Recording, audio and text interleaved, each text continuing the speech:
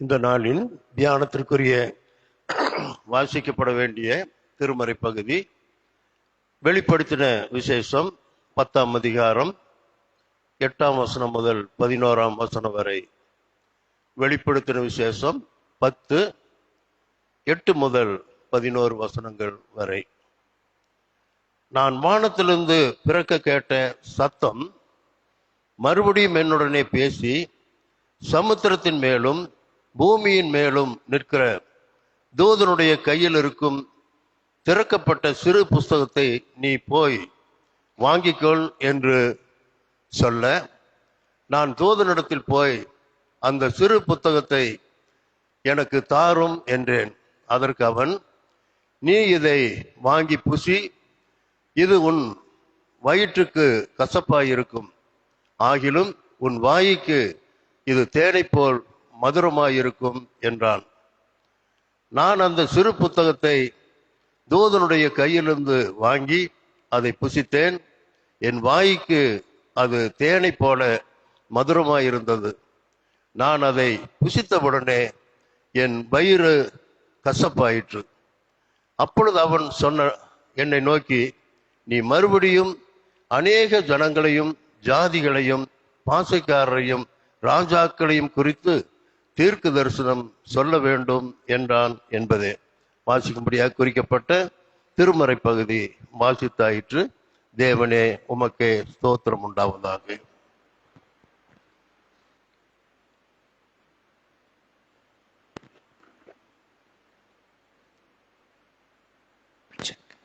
நம்முடைய தந்தையாகிய கடவுளிடமிருந்தும் மைந்தராகிய இயேசுவினிடமிருந்தும் தூய ஆவியரிடமிருந்தும் உங்களுக்கு அமைதியும் அருளும் ஆசியும் உண்டாவதாக. ஆமென். ஜெபம் செய்வோம். வாரும் தூய ஆவியானவரே, வந்து எங்கள் மத்தியிலே பிரசன்னராயிருந்து இந்த காலை பொழுதில ஆவியாயும் ஜீவனாயும் இருக்கிற உம்முடைய வார்த்தைகளை கற்றுக்கொள்வதற்கு எங்களுக்கு நீர் உதவி செய்யும்படியாய் ஜெபிக்கிறோம். எங்களோடு கூட நீர் பேசும். இயேசுவின் நாமத்தில் ஜெபிக்கிறோம், எங்கள் ஜெபம் கேளும் அன்பின் பிதாவே. ஆமென். அன்புக்குரியவர்களே, ஒரு புதிய நாளின் காலை பொழுதில் காலைதோறும் புதிதாய் இருக்கிற ஆண்டோடைய வார்த்தைகளை கற்றுக்கொள்வதற்காக நாம் கடந்து வந்திருக்கிறோம். கடந்த திங்கட்கிழமை முதற்கொண்டு The spiritual exercises, ஆன்மீக பயிற்சிகள் என்ற தலைப்பில் 2 செய்திகளை நான் உங்களோடு கூட பகிர்ந்து கொண்டேன். ஒன்று, பெற்றுக்கொள்ளத்தக்கதாக ஓடுங்கள். இரண்டாவது, வேண்டாம் என்று சொல்ல கற்றுக்கொள்ளுங்கள். Learn to say no என்று நேற்றைய தினத்தில் நான் உங்களோடு கூட பகிர்ந்து கொண்டேன். இன்றைக்கு take healthy and hygienic food, ஆரோக்கியமான திட உணவை எடுத்துக்கொள்ளுங்கள். Take healthy and hygienic food, ஆரோக்கியமான சுகாதாரமான உணவை எடுத்துக்கொள்ளுங்கள். உணவு மனிதர்களுக்கும் படைப்புகள் ஜீவராசிகள் அனைத்திற்கும் மிக மிக அவசியமானது. உண்ண உணவு, உடுக்க உடை, இருக்க இருப்பிடம், இந்த 3ம் மனிதனுக்கு அடிப்படை தேவைகள் என்பதை அறிந்திருக்கிறோம். நாம் வாழ்வதற்காக உணவை சாப்பிட வேண்டும். உணவுக்காக என்ன செய்யக்கூடாது? வாழக்கூடாது. இந்த உண்மையை நாம் புரிந்து கொள்ள வேண்டும்.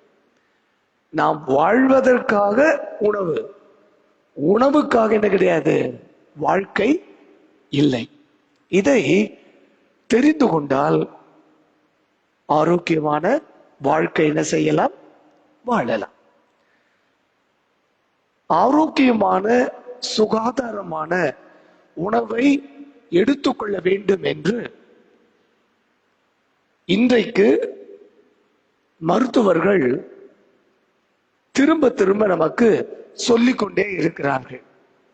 ஆனா அந்த சத்தம் நம்முடைய காதுகளில என்ன செய்யறது இல்ல, நுழையறதே இல்லை, ஏறதே இல்லை. 3 வெண்மையான பொருட்களை உங்கள் உணவில் மிக அளவாக பயன்படுத்துங்கள். ஒன்று ஒயிட் சுகர், உப்பு, 3வது மைதா. இத 3ம் நம்முடைய உணவு பழக்கத்துல ரொம்ப அளவா பயன்படுத்த வேண்டும் என்று மருத்துவர்கள் சொல்லுகிறார்கள். ஆனா அதற்கு நேர் எதிராகத்தான் நாம் என்ன செய்யறோம்? பயன்படுத்தி கொண்டு இருக்கிறோம். சரி, அடுத்து நம்முடைய உணவு கலாச்சாரம், ஒரு இந்தியன் அல்லது ஒரு தமிழனுடைய உணவு கலாச்சாரம் உலகத்திற்கே முன்னுதாரணமான ஒரு உணவு கலாச்சாரம். ஆனா என்றைக்கு நாம் அந்நிய உணவுகளின் ஆதிக்கத்திலே அடங்கி போனோமோ அப்பொழுதே எல்லா விதமான வியாதிகளுக்கும் நாம் என்ன செஞ்சோம்? ஆட்கொள்ளப்பட்டு இருக்கிறோம். இந்த மண்ணுக்கு எது ஒத்து வராதோ அந்த உணவுகளைத்தான் இன்றைக்கு இருக்கிற தலைமுறை என்ன செய்கிறது? சாப்பிடுகிறது. அதற்கு நவீன ஊடகங்கள் விளம்பரங்களின் மூலமாய் இந்த இளைய தலைமுறையை தன்னுடைய கட்டுப்பாட்டில் என்ன செஞ்சிருக்காங்க? வச்சிருக்காங்க. இந்த ஊடகங்களுடைய தாக்கம் தான் இன்றைக்கு மிகப்பெரிய பாதிப்பை சமூகத்திலே ஏற்படுத்தி இருக்கிறது என்பதை நாம் புரிந்து கொள்ள வேண்டும். இப்ப நான் சில அட்வர்டைஸ்மெண்ட்ஸ் சொல்றேன். நான் சொன்ன உடனே உங்களுக்கு பதில் தெரியும். ஹார்லிக்ஸ் மேக் யூ, உண்மையா சொல்லணும், Horlicks make you taller, stronger, sharper. Horlicks குடிச்சா உயரமா வளரலாம், நல்ல உறுதியா இருக்கலாம், அறிவு எப்படி இருக்கும்? ஷார்ப்பா இருக்கும். Boost is the secret of my energy.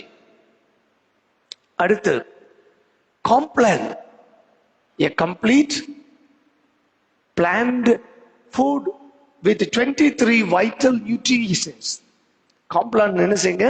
அதுதான் கம்ப்ளீட் பிளான்ட் ஃபுட் இல்லையா? சாப்பிட்றான்னு இல்லையோ ஒரு டம்ளர் காம்ப்ளான் கலக்கி குடிச்சிட்டா இதாயிரும். 23 மூலாதார சத்துக்களும் அவனுக்கு என்ன செஞ்சிடும்? போயிடும், உள்ள இறங்கும். இப்படி நம்மள இந்த மீடியா என்ன செஞ்சிருக்கு? நம்ப வச்சிருக்கு. இதை விட மேலான சக்திகள் எங்க இருக்கு? நம்முடைய பாரம்பரிய உணவு வகைகளில இருக்கிறது. ஆனா அதெல்லாம் என்ன செய்யாது?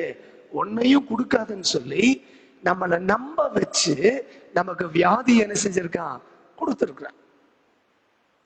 அதனாலதான் இப்ப எல்லாரும் சொல்லுகிற ஒரு மிக முக்கியமான செய்தி என்னவென்றால், avoid junk food. Junk food, இந்த வார்த்தை கேட்டிருக்கீங்களா? Avoid junk food.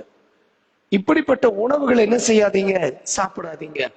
எதெல்லாம் ஜங்க் ஃபுட் அப்படிங்கிற அந்த கோட்ல வரும் அப்படின்னா, நம்ம எல்லாரும் ரொம்ப விரும்புற, இந்த இளைய தலைமுறை ரொம்ப விரும்புகிற donuts, French fries, burger, pizza, chips, KFC, fried chicken, hot dog, processed meats, bottled drinks, alcohol, fried food, ice cream, milk shake, noodles, Oreo biscuit, pancake, popcorn, street foods, excessive food and salt and oil, the fatty things. அப்ப எதைத்தான் சாப்பிடுறது அப்படின்னு இன்னைக்கு இருக்கிற தலைமுறை கேட்பார்கள். நான் பல நேரங்களில் டூ வீலர்ல போகும்போது நான் பார்த்துக்கிட்டே போனேன். இந்த சிவானந்த காலனி இருந்து ராஜு ஸ்ட்ரீட் வழியா 7th ஸ்ட்ரீட் அதுல போனா அந்த ஹவுசிங் யூனிட் ஹட்கோ காலனிக்குள்ள எத்தனை ஹோட்டல்ஸ் இருக்கு தெரியுமா? எல்லாம் பரோட்டா கடை, எல்லாம் பிரியாணி கடை, எல்லாம் சிக்கன் கிரில் சிக்கன் கடை, இதுதான் இருக்கு. நம்ம பசங்களுக்கு, நம்ம பிள்ளைகளுக்கு அந்த சாயந்தரம் 5 மணில இருந்து 8 மணிக்கு எல்லா ஹோட்டல்லையும் என்னதான் இருக்கு? கூட்டம் தான் இருக்கு. நம்ம பிள்ளைக்கு என்ன அழகா ஆர்டர் பண்றாங்க தெரியுமா? பொம்பளை பிள்ளைங்க வீட்டுல அம்மா நல்லா செஞ்சு கொடுத்தா வாயிலேயே இறங்காது. ஆனா ஒரு நாள் நான் ஒரு ஹோட்டலுக்கு நான் போயிருக்கிறேன். நல்ல காலேஜ் பிள்ளைங்க அப்படி வந்து நின்றுட்டு, ஆனா 2 கல் தோசை, 2 முட்டை வீச்சு, ஒரு ஈரல் ஃப்ரைனா. எனக்கு சிரிப்பே தாங்க முடியல. ஒரு காலத்துல வாலிப பசங்க போய் இப்படி எல்லாம் ஸ்ட்ரீட் ஃபுட் கடையில ஆர்டர் பண்றதா தான் நான் பார்த்திருக்கிறேன். எனக்கு அதை பார்த்துட்டு உண்மையிலேயே எனக்கு பயங்கர சிரிப்பு. உணவு கலாச்சாரம் மாறிவிட்டது. சரி, இதை மனதிலே வைத்துக் கொள்ளுங்கள். இதை போலவே கிறிஸ்தவத்தில் ஜங்க் ஃபுட் கலாச்சாரம் வந்திருக்கிறது. எது நம்முடைய ஆவிக்குரிய வாழ்க்கைக்கு அவசியம் இல்லையோ, தேவையில்லையோ, என் விசுவாசத்தை கெடுக்குமோ, என் ஆண்டவரை விட்டு வழி விலகச் செய்யுமோ, கிறிஸ்துவின் நிமித்தம் நான் பெற்றுக்கொள்ள வேண்டிய கிருபைகளில் இருந்து என்னை தவிர்க்குமோ, அதை இன்றைக்கு நாம் கற்றுக்கொள்ள போகிறோம். கிறிஸ்டியன் ஜங்க் ஃபுட்ஸ் என்ன அப்படின்னா, ஒன்று, கண்டித்து பேசுகிற உபதேசம் நமக்கு எப்படிப்பட்டது இல்ல? பிரியமானது இல்ல. நீ தப்பு பண்றீங்க, கர்த்தருக்கு விரோதமா செய்றீங்க, உங்களுடைய பேச்சு, உங்களுடைய நடவடிக்கை இதெல்லாம் தப்பு. வாலிப பிள்ளைகளை பார்த்து ஒழுங்கா முடிவெட்டிட்டு வாங்கடா அப்படின்னு சொன்னா அவனுக்கு பிடிக்கிறது இல்ல, கோவம் வருது. இப்ப இப்படி எல்லாம் ஸ்டைலா இல்லாம உங்க வயசுலயே நான் இப்படி இருக்க முடியும், அவன் கேட்கறதுல நியாயம் இருக்கு இல்ல? பொம்பளை பிள்ளைங்க ட்ரெஸ் பண்ணும்போது அந்த ட்ரெஸ் ஆக்வர்டா இருக்கு, ஆலயத்துக்கு வரும்போது இப்படி எல்லாம் ட்ரெஸ் பண்ணிட்டு வரக்கூடாது அப்படின்னு ஐயரமா சொன்ன அந்த பிள்ளைகளுக்கு மனசுல பிடிக்கிறது இல்ல. முதல்ல அம்மா அப்பா அதை கரெக்ட் பண்ணணும். அம்மா அப்பா கரெக்டா இருந்தா அந்த பிள்ளை அந்த ட்ரெஸ்ஸோட கோயிலுக்கு என்ன செய்ய மாட்டா? வரமாட்டா. We must follow a dress code in the church, இல்லையா? கண்டித்து சொன்னால் பிள்ளைகளுக்கு பிடிப்பதில்லை. என்ன சொல்லணும்? அப்படியே தடவி கொடுத்துட்டு நீ என்ன வேணா பண்ணு, கடவுளுடைய கிருபை உனக்கு அதிகமா இருக்கு. த ஹைப்பர் கிரேஸ் தியாலஜி. நீ என்ன வேணா பண்ணலாம், ஆண்டவரே உனக்காக சிலுவையில மரிச்சு உன் பாவத்தை எல்லாம் மன்னிச்சுட்டார், நீ என்ன வேணா பண்ணலாம், நீ மறுபடியும் என்ன செய்ய தேவையில்லை, பாடுகளை நீ அனுபவிக்க தேவையில்லை. இதெல்லாம் யார் பேசுறாங்க என்பதை, இப்படிப்பட்ட உபதேசங்கள் யார் சொல்லுகிறார்கள் என்பது உங்களுக்கு தெரியும். இன்றைக்கு இருக்கிற வாலிப பிள்ளைகள் இப்படிப்பட்ட உபதேசங்களை தேடிதான் என்ன செய்யறாங்க? போறாங்க. ஒரு பெரிய கிளப்ல ஒரு ப்ரோக்ராம் நடக்கிற மாதிரி கிறிஸ்டியன் கிளப்ஸ் இன்னைக்கு நிறைய இருக்கு. காட்டு கூச்சல் கத்திட்டு, விதவிதமான லைட் போட்டு, விதவிதமா ட்ரெஸ் பண்ணிட்டு ஆடுறான். அப்படியே எனக்கெல்லாம் அப்படி உள்ளங்கால இருந்து பத்திக்கிட்டு வரும், இப்படி ஒரு தலைமுறையே கெடுத்துட்டு இருக்கிறானுங்களே என்று சொல்லி. இத சொன்னா நம்முடைய இளம் தலைமுறை தம்பிமார் தங்கைமாருக்கு கோபம் வருகிறது. ஜங்க் ஃபுட் கலாச்சாரம் இதுதான் இன்னைக்கு தேவை. ஆடணும், பாடணும், குதிக்கணும். சத்தியத்தை சத்தியமா சொன்னா அவனுக்கு என்ன வருது இல்ல, இந்த ஐயர் எப்ப பார்த்தாலும் இப்படியாதான். ஓல்டு மேன், ஜெனரேஷன் கேப், தலைமுறை இடைவெளி இருக்கு. இத நான் சொல்லல, பல ஆண்டுகளுக்கு முன்பு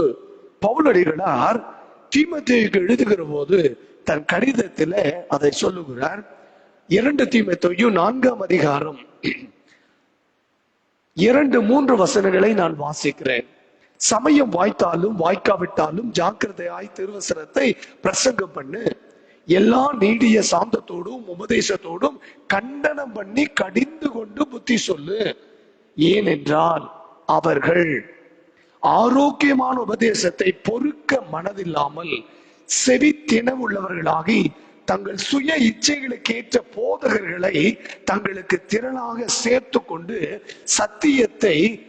சத்தியத்துக்கு செவியை விலக்கி கட்டுக்கதைகளுக்கு சாய்ந்து போகும் காலம் வரும். அது இப்பொழுது இருக்கிறது, வந்திருக்கிறது. These are all called the spiritual junk foods. ஆவிக்குரிய ஆரோக்கியமற்ற மன்னா, இல்லையா? நான் விரும்புகிறத நீங்க கொடுக்கணும். கட்டுக்கதைகள் சொன்ன என்ன செய்யலாம்? ஏத்துக்கலாம். நான் அன்னைக்கு பரலோகத்துக்கு போனேன், சாமியை பார்த்தேன், அவங்களோட பிரேக்ஃபாஸ்ட் சாப்பிட்டேன், ஏஞ்சல் தட்டி எழுப்பிச்சு, இப்படி சொல்லுகிற செய்திகளைத்தான் விரும்புகிற தலைமுறை இன்றைக்கு பெருகி இருக்கிறது. அப்ப இன்றைக்கு கிறிஸ்தவ சமூகம் ஆரோக்கியமான ஒரு நல்ல ஆவிக்குரிய உணவை உட்கொள்ள வேண்டும், இல்லையா? A complete planned food என்பது எங்கே இருக்கிறது? இங்கே இருக்கிறது. கர்த்தருடைய வார்த்தை தான் நமக்கு எப்படிப்பட்ட உணவு? A complete planned food for all generation, for all the age groups. அனைத்து வயது மக்களுக்கும் அனைத்து தலைமுறைகளுக்கும் ஏற்ற ஒரு நல்ல உணவு, ஆவிக்குரிய உணவு கர்த்தருடைய வார்த்தையில இருக்கிறது. அதை சரியாக என்ன செய்யணும்? புரிந்து கொள்ள வேண்டும். இன்றைக்கு நான் உங்களோடு கூட ஒரு 4 ஸ்டேஜ், 4 கட்டத்துல ஆவிக்குரிய உணவை நாம் எப்படி பெற்றுக்கொள்ள வேண்டும், அந்த உணவு எங்கே இருக்கிறது என்பதை உங்களோடு கூட நான் பகிர்ந்து கொள்ள போகிறேன். முதல் கட்டம், first stage, at the infant stage. குழந்தையாய், இதுல ஆவிக்குரிய வாழ்க்கையில நான் குழந்தை ஸ்டேஜில் நான் இருந்தால் எனக்கு தேவையான நல்ல உணவு என்னவென்றால், 1 பேதுரு 2ஆம் அதிகாரத்தில் 2ஆம் 3ஆம் வசனத்தை நான் வாசிக்கிறேன். 1 பேதுரு 2ஆம் அதிகாரம். இப்படி இருக்க கர்த்தர் தயை உள்ளவரே என்பதை நீங்கள் ருசி பார்த்து உண்டானால் சகல துர்குணத்தையும் சகலவித கபடத்தையும் வஞ்சகங்களையும் பொறாமைகளையும் சகலவித புறங்கூறுதலையும் ஒழித்து விட்டு நீங்கள் வளரும்படி புதிதாய் பிறந்த குழந்தைகளை போல திருவசனமாகிய களங்கமில்லாத ஞானப்பாலின் மேல என்ன செய்யுங்கள்? வாஞ்சையாயிருங்கள். நான் குழந்தை ஸ்டேஜில் இருக்கேன், இப்பதான் விசுவாசத்துல தவழ்ந்து கொண்டிருக்கிறேன் என்றால் எனக்கு ஏற்ற ஒரே உணவு என்னதான்? திருவசனமாகிய களங்கமில்லாத ஞானப்பால். இதன் மேல நான் எப்படி இருக்கணும்? வாஞ்சையாய் இருக்கணும், இல்லையா? குழந்தைக்கு பசி எடுத்துச்சுன்னா அந்த குழந்தை என்ன செய்யும்? அம்மா கிட்ட என்ன செய்யும்? கேட்கும். பேச தெரியாது, ஆனா என்ன செய்யும்? அழுகும். அந்த அழுகையை வைத்து அந்த தாய் என்ன செய்வா? குழந்தைக்கு பசிக்குது. பொதுவா பாத்தீங்கன்னா பாலூட்டுகின்ற தாய்மார் கரெக்டா சாப்பிட்றதுக்கு வாய் வைப்பாங்க, குழந்தை அழுகும்.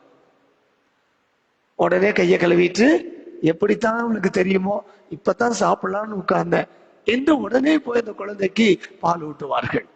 அந்த குழந்தை பசிக்கிறது என்று அழுகையின் மூலமாய் வெளிப்படுத்துகிறது. அதே போலவே ஆவிக்குரிய வாழ்க்கையில குழந்தை அந்த பருவத்திலே, தவழுகிற பருவத்திலே இருக்கிற ஒவ்வொரு மக்களும் திருவசனமாகிய களங்கமே இல்லாத இந்த ஞானப்பாலின் மேல எப்படி இருக்கணும்? விருப்பமா இருக்கணும், வாஞ்சையா இருக்கணும். கர்த்தருடைய வார்த்தை கிடைக்கும் போது அது என்ன செய்யணும்? உட்கொள்ள வேண்டும், இல்லையா? இது முதல் கட்டம். அப்ப வசனம் கிடைக்கிற போது வாஞ்சையாய் உட்கொண்டால் நீங்க என்ன செய்யலாம்? வளரலாம். சில குழந்தைகள் ஆரோக்கியமே இருக்காது, இம்யூனிட்டி பவர் ரொம்ப குறைவா இருக்கும். அப்ப அந்த அம்மாட்ட கேட்டா அந்த அம்மா என்ன சொல்லுவாங்க, அந்த குழந்தைக்கு என்னால சரியான காலகட்டத்தில் தாய்ப்பால் கொடுக்க முடியல, எனக்கு தாய்ப்பால் இல்லை, அதனால ஒரு 2-3 மாசத்துல இருந்தே என்ன பால் தான் கொடுத்தோம், முட்டிப்பால் கொடுத்தே குழந்தைய நான் வளர்த்தினேன். அதனால இந்த குழந்தைக்கு என்ன இல்லை, இம்யூனிட்டி பவர் அந்த குழந்தைக்கு இல்லை என்று நாம் சொல்லுவோம். ஆவிக்குரிய வாழ்க்கையில சோதனைகள் வருகிற போது, கஷ்டங்கள் வருகிற போது நான் விழுந்து போகிறேன் என்றால் என்ன அர்த்தம், எனக்குள்ள இம்யூனிட்டி பவர் இல்ல. கர்த்தருடைய வார்த்தையாகிய திருவசனமாகிய களங்கம் இல்லாத ஞானப்பாலின் மேல எப்படியா இல்ல, வாஞ்சியா இல்ல. எப்பெல்லாம் அந்த ஞானப்பாலை நான் அருந்தணுமோ அப்பெல்லாம் விட்டுட்டேன். அதனால நம்ம வீடுகள்ல குழந்தை பேச ஆரம்பிக்கிற போது இந்த ஞான பாலை என்ன செய்கிறோம், ஊட்ட ஆரம்பிக்கிறோம் இல்லையா. கர்த்தரில் மெய்ப்பராய் இருக்கிறார், ஜீவப்பம் நானே, ஆதியிலே தேவன் வானத்தையும் பூமியும் சிருஷ்டித்தார். அந்த குழந்தை அந்த வார்த்தையை சொல்லும் போது அதை பார்த்து என்ன செய்யறோம், ரசிக்கிறோம், ஒரு மாதிரி சந்தோஷப்படுகிறோம். நான் வீடு சதிவுக்கு வரும்போது அந்த குழந்தைய அந்த வசனத்தை சொல்ல சொல்லி தாத்தா பாட்டி அம்மா அப்பா என்ன செய்யறாங்க, பாஸ்டர்கள் வந்திருக்காங்க, வசனத்தை சொல்ற மகளே. நேற்றைக்கு ஒரு வீட்டுக்கு போனேன், பால் பிராங்க்லினுடைய மகள் ஒலிவியா அந்த வசனத்தை அவ்வளவு அழகா சொன்னா, ஆதியிலே தேவன் வானத்தை பூமி சிருஷ்டித்தார் அப்படின்னு சொல்லிட்டு ஒரு சிரிப்பு. திருவசனமாகிய களங்கம் இல்லாத ஞானப்பாலின் மேலே வாஞ்சியா இருக்கிற முதல் கட்டத்துல இந்த களங்கம் இல்லாத ஞானப்பாலை என்ன செய்யணும், ஒழுங்கா குடிக்கணும். நாமளும் குடிக்கணும், நம்முடைய பிள்ளைகளுக்கு என்ன செய்யணும், கற்றுக் கொடுக்கணும். Take healthy and hygienic spiritual food. அந்த ஆரம்ப கட்டத்துல இந்த களங்கம் இல்லாத ஞானப்பால் தான் அந்த பிள்ளைகளுடைய ஆவிக்குரிய வாழ்வுக்கு ஒரு பலனாய் இருக்கும். இரண்டாவது, அட் த க்ரோயிங் ஸ்டேஜ், வளருகின்ற பருவத்துல ஒரு குழந்தை வளருது அப்படின்னா அந்த குழந்தை கிடைச்சதையெல்லாம் சாப்பிடும் இல்லையா. எது கிடைச்சாலும் என்ன செய்யும், சாப்பிடும். அது பிள்ளைக்கு தெரியாது எதை சாப்பிடணும் எதை சாப்பிடக்கூடாதுன்னு தெரியாது.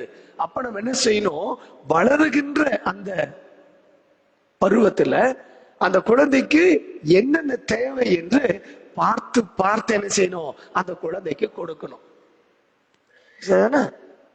இது இந்த குழந்தை பராமரிப்புல முக்கியம். அதே மாதிரி ஆவிக்குரிய வாழ்க்கையில வளர்ந்து வருகிற ஸ்டேஜ்ல நமக்கு திருச்சபையில என்ன வச்சிருக்கிறோம், சண்டே ஸ்கூல் வச்சிருக்கிறோம். எதுக்கு, அந்த சண்டே ஸ்கூல்ல அந்த பிள்ளைகள் அந்த குழந்தையின் வயதுக்கேற்ற விதத்துல அந்த குழந்தை என்ன செய்யட்டும், சத்தியத்தை கற்றுக்கொள்ளட்டும். அந்த குழந்தை குட்டியா இருக்கும் போது நீ தீர்க்க தரிசனம் வர உடையவனாக, பரிசுத்த ஆவியின் கிருபையை பெற்றவனாக அலறி அடிச்சு அந்த பிள்ளை ஓடி போயிடும். அப்ப அந்த குழந்தையுடைய வயதின் வளர்ச்சிக்கு தகுந்தாற் போல beginner, primary, junior, inter, senior என்று சொல்லி அந்த குழந்தைகளுடைய காலகட்டத்துக்கு ஏற்ப சத்தியத்தை என்ன செய்ய நாம கற்றுக் கொடுக்க வேண்டும். குழந்தை பிறந்த உடனேயே ஸ்கூல் அட்மிஷனுக்கு போகிற பெற்றோர் அந்த குழந்தை ஆவிக்குரிய வாழ்க்கையில வளர வேண்டும் என்பதற்காக சண்டே ஸ்கூலுக்கு அனுப்பணும், கோயிலுக்கு கூட்டிட்டு வரணும் என்பதை இந்த தலைமுறையில் இருக்கிற தம்பதிகள் என்ன செய்யறாங்க, மறந்து போகிறார்கள். டியூஷனுக்கு அனுப்புகிற பெற்றோர் ஞாயிற்றுக்கிழமை கர்த்தருடைய ஆலயத்துக்கு தவறாமல் போக வேண்டும் என்ற சத்தியத்தை கற்றுக் கொடுக்க மறந்திருக்கிறோம். யோபுவின் புத்தகம் 23ஆம் அதிகாரம் 12வது வசனத்துல யோபு பக்தனுடைய அனுபவத்தை உங்களுக்கு நான் வாசித்து காட்ட விரும்புகிறேன். யோபு 23:12, அவருடைய வாயின் வார்த்தைகளை எனக்கு வேண்டிய ஆகாரத்தை பார்க்கலும் அதிகமாய் காத்து கொண்டேன். கர்த்தருடைய வார்த்தைய எப்படி வாங்கிக்கிறேன், நான் சாப்பிடுற சாப்பாட்டை விட அதிகமாய் அதை நான் காத்து கொண்டேன் இல்லையா. கர்த்தருடைய வசனம் கிடைக்கிற போது சாப்பாட்டை விட கர்த்தருடைய வார்த்தை எனக்கு முக்கியமா இருந்துச்சியா, அந்த வார்த்தையை வாங்கி என் உள்ளே உட்கொண்டேன், அதை நான் காத்து கொண்டேன். அந்த வளருகின்ற அந்த வளர்ச்சியில இரண்டாம் கட்டத்துல இன்னும் கொஞ்சம் ஆடட் உணவுகள், இன்னும் கொஞ்சம் சிறப்பான உணவுகளை கொடுக்கணும். எப்படிப்பட்ட உணவு, அந்த உணவின் மேல ஒரு வாஞ்சையை கொடுப்பதற்காக சங்கீதம் 19:10 பின்பகுதியில சங்கீதக்காரன் சொல்லுகிறார், கர்த்தருடைய வார்த்தை எப்படி இருக்கிறது, தேனிலும் தென் கூட்டிலிருந்து ஒழுகும் தெளிதேனிலும் எப்படி இருக்கு, மதுரமாய் இருக்கிறது. அதை என் குழந்தைக்கு நான் கொடுக்கிற போது, வளர்கின்ற பருவத்துல அந்த சத்துள்ள உணவை நான் கொடுக்கிற போது அவன் உட்கொள்ளுகிறான். அதோடைய விளைவு 11வது வசனம், அன்றியும் அவைகளால் உமது அடியேன் எச்சரிக்கப்படுகிறேன், அவைகளை கை கொள்ளுகிறதுனால் மிகுந்த பலன் உண்டு. Healthy food. தம்பி, தப்பு பண்ணாத, பொய் பேசாத, ஏமாத்தாத, கடவுளுக்கு பயந்து இருக்கணும், ஆண்டவருடைய பிள்ளையா வாழணும். இந்த சத்தியம் மனதுக்குள்ளே குழந்தைகளுக்குள்ளே கொடுக்க கொடுக்க கொடுக்க அந்த குழந்தை வளரும் போது என்ன செய்யுது, ஐயோ இது தப்பு, அம்மா சொல்லியிருக்காங்க, அப்பா சொல்லியிருக்காங்க, பாஸ்டர்கள் சொல்லியிருக்காங்க என்பதை புரிந்து கொண்டு அந்த வார்த்தை அவனை என்ன செய்கிறது, எச்சரிக்கிறது. அதை கை கொள்ளுகிறதுனால அவனுக்கு என்ன வருது, மிகுந்த பலன் வருகிறது. 3வது ஒரு கட்டம், நல்ல ஹெல்தி ஃபுட் சாப்பிடுறதுக்கு 3வது கட்டம், அட் ஸ்டேபிள் ஸ்டேஜ். விசுவாசத்துல கொஞ்சம் என்ன செஞ்சுட்டேன், இப்ப ஸ்டேபிள் ஆயிட்டேன், ஓரளவுக்கு நல்லா வந்துட்டேன் என்கிற போது என் உணவுல என்ன சேர்த்தணுமா, கசப்பையும் சேர்த்தணும். வாசி கேட்ட வெளிப்படுத்தின விசேஷம் 10ஆம் அதிகாரத்தில் தரிசனத்துல யோவானுக்கு வெளிப்படுத்தப்படுகிறது. 9வது வசனம், நீ இதை வாங்கி புசி, இது உன் வயிற்றுக்கு கசப்பாய் இருக்கும், ஆகிலும் உன் வாய்க்கு இது தேனை போல மதுரமாய் இருக்கும். கர்த்தருடைய வசனம் சில நேரங்கள் எப்படி இருக்கு, கசப்பா இருக்கு இல்லையா? அந்த கசப்பும் நமக்கு தேவைதான். ஆரம்ப காலத்தில் திருமணமான புதுசுல எல்லாம் ஐயரம்மா பாவக்காய் வாங்கினாங்கன்னா அதுக்கு நான் வச்சிருக்கிற பேரு சின் வெஜிடபிள். பாவக்காய் வாங்கி குழம்பு வச்சாங்கன்னா எப்படியோ தெரியாது, அன்னைக்கு மத்தியானம் எனக்கு ஒரு ப்ரேயர் மீட்டிங் வந்துடும். நான் போயிருவேன், அங்க சாப்பிட்டு வந்துடுவேன். ஆனா அந்த குழம்பு எனக்காக வெயிட் பண்ணிட்டே இருக்கும். மத்தியானம் தானே சாப்பிடல, நைட்டு பாவக்காய் இருக்கு, தவிர்க்கவே முடியாது, சாப்பிட்டு தாக்கணும். நான் என்ன பண்ணுவேன், பாவக்காயை போட்டு சாப்பாட்டுல போட்டு கட கட கடன்னு ஒரு பெரட்டு பற்றி கண்ணை மூடிட்டு 3 வாயில என்ன செஞ்சிருவேன், சாப்பிட்டு முடிச்சிருவேன். ஐயரம்மா திட்டுவாங்க, யோ கஷ்டப்பட்டு செஞ்சு கொடுத்துருக்குறேன், என்னமோ இப்படி போட்டு கப்பு கப்புன்னு கண்ணை மூடி சாப்பிடுறீங்களேன்னு சொல்லிட்டு. ஆனா இப்ப மாறிட்டேன், அது வேற விஷயம். கசப்பு நமக்கு தேவை இல்லையா? கண்டித்து உபதேசத்தை கேட்கிற மனது நமக்கு தேவை. நீ பாவி என்று சொல்லுகிற அந்த சத்தத்தை கேட்கிற நாவும் ஏற்றுக்கொள்கிற இருதயமும் நமக்கு தேவை. அப்படியே தேன் தடவின வார்த்தைகளை மட்டுமே கேட்டது ஒரு காலம். ஆனா இன்னைக்கு என் வாழ்க்கை என்ன செய்யுது, கரடு முரடான ஒரு சூழ்நிலையில போயிட்டு இருக்கு. அப்ப என்னை கண்டித்து உணர்த்துகிற கசப்பான உணவு எனக்கு தேவை. அந்த கசப்பான உணவை உட்கொள்ளுகிற பொழுதுதான் இனிப்பான வார்த்தையினுடைய பலனை என்ன செய்ய முடியும், பெற்றுக்கொள்ள முடியும் இல்லையா? நிறைய மாத்திரைகள் சாப்பிடும் போது ஆரம்பத்தில் எப்படி இருக்கு, அந்த மாத்திரை கொஞ்சம் குழந்தைகளுக்கு கொடுக்கும் போது இனிப்பா இருக்கும், ஆனா வயிற்றுக்குள்ள எப்படி போகும், கசப்பா போகும்ல இல்லையா?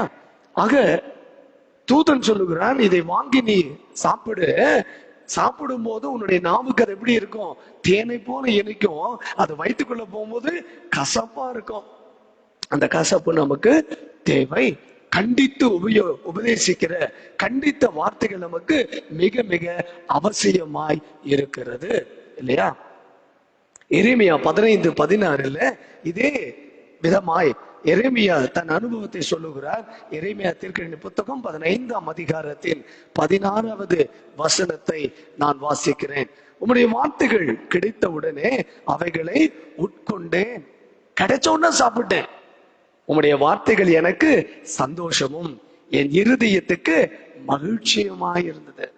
ஸ்டேபிள் ஸ்டேஜ், விசுவாசத்தில் அப்படியே நிலைச்சிருக்கிற நேரத்துல கர்த்தருடைய வார்த்தை கசப்பா இருக்கு, உதட்டுக்கு என்னுடைய நாவுக்கு இனிமையா இருக்கு. அந்த வார்த்தை எனக்குள்ள வந்ததற்கு பிறகு என் வாழ்க்கையில எனக்கு சந்தோஷமும் என் இருதயத்துக்கு மகிழ்ச்சியும் தருகிறது. 4வது ஒரு கட்டம், அட் த மெச்சூர்டு ஸ்டேஜ். விசுவாசத்துல இப்ப என்ன ஆயிட்டேன், நானு நல்ல முதிர்ச்சி நிலைக்கு நான் வந்துட்டேன். நல்ல முதிர்ச்சியான ஸ்டேஜ்ல நான் என்ன செய்கிறேன், இருக்கிறேன். இந்த காலகட்டத்தில் எனக்கான உணவு எது தெரியுமா? எபிரேயர் கடிதம் 5ஆம் அதிகாரம் 12 முதல் சில வசனங்களை வாசிக்கிறேன். எபிரேயர் 5ஆம் அதிகாரம். என்னோடு கூட அதை திருப்பித்துக் கொள்ளுங்கள்.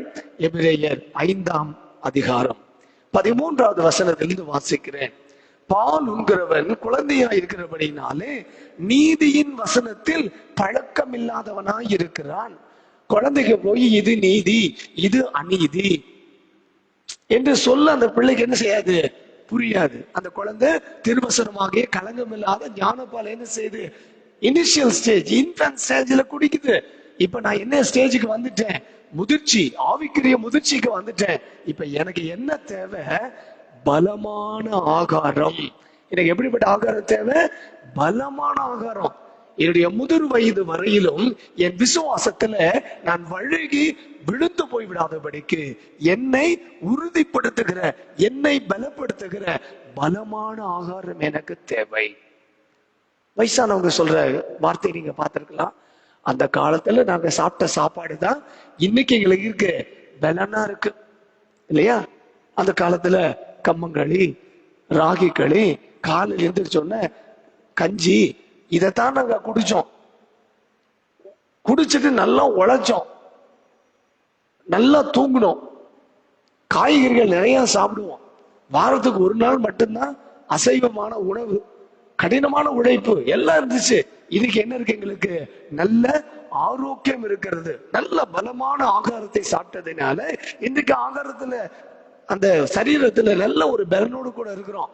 ஆனா இளைய தலைமுறையை பார்க்கிற போது இன்னைக்கு 20 வயதுல 25 வயதுல என்ன வந்துருது? ஹார்ட் அட்டாக், சுகர், எல்லா கம்ப்ளைண்டும் வந்துருது. காரணம் என்ன? வாழ்க்கை முறை மாற்றம், உணவு கலாச்சார மாற்றம். இது எப்படி இந்த இளைய தலைமுறைக்கு கற்றுக் கொடுப்பதே என்பது தெரியல, புரியவே மாட்டேங்குது உங்களுக்கு. ஆவிக்குரிய வாழ்க்கையிலும் ஒரு புரியாத நிலைமையில இந்த தலைமுறை போய்கொண்டு இருக்கிறது. இந்த 3 கட்டங்கள் சரியா இருந்தா முதிர்ச்சியான காலத்துல பலமான ஆகாரத்தை உட்கொண்டு கல்லறைக்கு போகிற வரையிலும் ஆவிக்குரிய வாழ்க்கையில் என்ன செய்ய முடியும்? நிலைத்திருக்க முடியும். எபிரேயர் கடிதத்தை சொல்லுகிறார், பலமான ஆகாரமானது நன்மை தீமை இன்னதென்று பயிற்சியினால், ஆவிக்குரிய பயிற்சியினால் பகுத்தறியத்தக்கதாக முயற்சி செய்யும். இது ஞானேந்திர உடையவர்களும் பூர்ண வயதுள்ளவர்களுக்கே தகும் என்று சொல்லுகிறார். ஆவிக்குரிய வாழ்க்கையில முதிர்ச்சியான நிலையில நான் இருக்கிற போது எப்படிப்பட்ட உணவை சாப்பிடணும்? நல்ல பலமான உணவை சாப்பிடணும். நன்மை எது, தீமை எது, எது ஆண்டவருக்கு பிரியம், எது ஆண்டவருக்கு பிரியம் அல்லாத காரியம் என்பதை நல்ல ஒரு ஆவிக்குரிய முதிர்ச்சியில வருகிற போது நாம் புரிந்து கொள்ள முடிகிறது. அப்படி புரிந்து கொண்ட தானியேல், நேற்று தினத்துல கற்றுக்கொண்டோம், தானியேல் 1ஆம் அதிகாரம் 8வது வசனத்துல இது எனக்கு வேண்டாம். 6ஆம் அதிகாரத்துக்கு வருகிற போது தானியேலுக்கு விரோதமாக ஒரு முத்திரை போடப்படுகிறது. அந்த நாளில வேறு எந்த தெய்வத்தையும் என்ன செய்யக்கூடாது? வணங்க கூடாது. அப்படி வணங்கினால் எங்க தூக்கி போடப்படுவாங்க? சிங்க கபியில போடப்படுவார்கள் என்று சொல்லி அந்த பத்திரத்துக்கு முத்திரை போடப்பட்டது என்று தெரிந்த பிறகு நல்ல ஆவிக்குரிய முதிர்ச்சியில இருக்கிற தானியேல் தான் முன்பு செய்து வந்தபடியே எருசலேமுக்கு நேராக பலகணிகள் திறந்திருக்க தினமும் 3 வேளை முழங்கால் படியிட்டு தன் தேவனாகிய கர்த்தரை நோக்கி ஜெபம் பண்ணி கொண்டிருந்தான். இதுதான் முதிர்ச்சியான நிலை. பலமான ஆகாரத்தை உண்டதினால ஆவிக்குரிய வாழ்க்கையில ஒரு நல்ல பலத்தோடு கூட தானியேல் இருந்ததினால தனக்கு மிகப்பெரிய ஒரு ஆபத்து வந்திருக்கிறது, மிகப்பெரிய ஒரு சிக்கலில் அவன் இருக்கிறான் என்பது தெரிந்தும் கர்த்தருக்கு கீழ்ப்படுவது தான் எனக்கு முதன்மையானது, மனுஷருக்கு கீழ்ப்படிவது அல்ல, என் தேவனுக்கு கீழ்ப்படிவதுதான் உத்தமம் இல்லையா? ஆகையினாலே கர்த்தர் என்ன செய்தார்? தானியேலை சிங்க கபையில இருந்து ஜீவனோடு காப்பாற்றி அன்றைக்கு அந்த தேசத்துல ராஜாவுக்கு நிகராக உயர்த்துகிற ஆசீர்வாதத்தை தானியேல் பெற்றுக்கொண்டான். இந்த காலை வேளையில இந்த செய்தியை நேரடியாக கேட்டுக்கொண்டிருக்கிற நீங்களும், நேரலையில பார்த்து கொண்டிருக்கிற மக்களும், நான் எந்த கட்டத்தில நான் இருக்கிறேன், இன் விச் ஸ்டேஜ் ஐ மீன், இல்லையா? எந்த கட்டத்தில நான் இருக்கிறேன்? குழந்தையாக இருக்கிறேனா? வளர்கின்ற பருவத்தில் இருக்கிறேனா? ஒரு நிலையான நிலைப்பாட்டில் இருக்கிறேனா? ஆவிக்குரிய வளர்ச்சியில நல்ல முதிர்ச்சியோடு இருக்கிறேனா? அப்படி இருந்தா கர்த்தருடைய வசனம் சொல்லுகிறபடி என்னுடைய ஆவிக்குரிய வாழ்க்கையில நான் தொடர்ந்து வளர்ந்து கொண்டே இருப்பதற்கு I must take healthy and hygienic spiritual food. ஆவிக்குரிய வாழ்க்கையில நான் நல்ல முறையில தொடர்ந்து வளர்ந்து கொண்டே இருப்பதற்கு நல்ல ஆரோக்கியமான திடமான ஆவிக்குரிய உணவை நான் என்ன செய்யணும்? உட்கொள்வதற்கு அறிந்து கொள்ள வேண்டும்.